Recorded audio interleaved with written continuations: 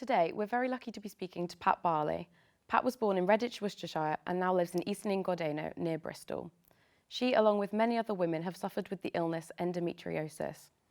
A staggering 1 in 10 women suffer with this illness, according to Endometriosis UK, yet hardly anyone has ever heard about it. I'm going to be speaking to Pat today about the condition and how it affected her life. So Pat, are you able to give us sort of a brief understanding of what endometriosis actually is and the sort of symptoms that you dealt with?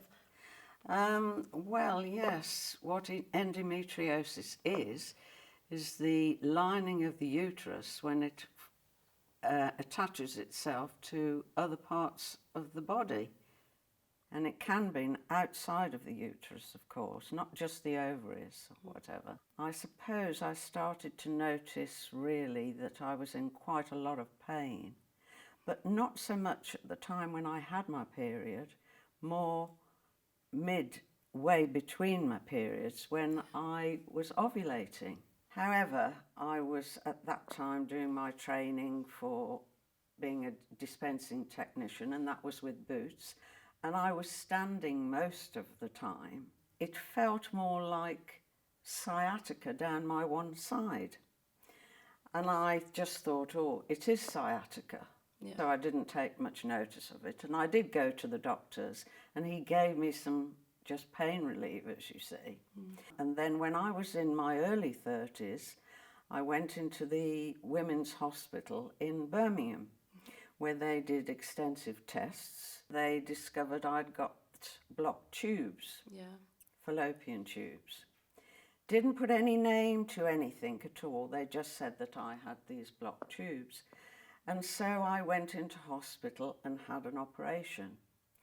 And they said that that was successful. They'd cleared my tubes.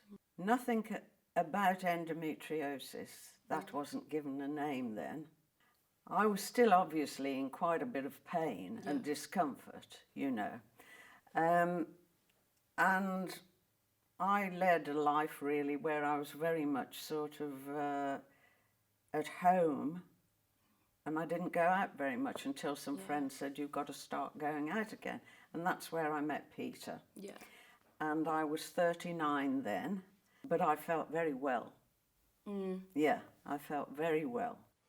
Are we able to talk about children and sort of the impact that this illness had on having them? And yes, when it was in the 60s, and I was working and I'd been married. My brother had got a little girl, well, 2 little girls, and the one little girl I was particularly close to. She's lived in South Africa now for some time. But I'm very close to her, and she has 2 little girls now herself. Well, little girls. The one has just got married, and the other is coming up to 30. But I'm very close to them, particularly to Yvette, the one little girl. And I used to look after her a lot, So that was very nice, and she was almost like the child I never had of my own.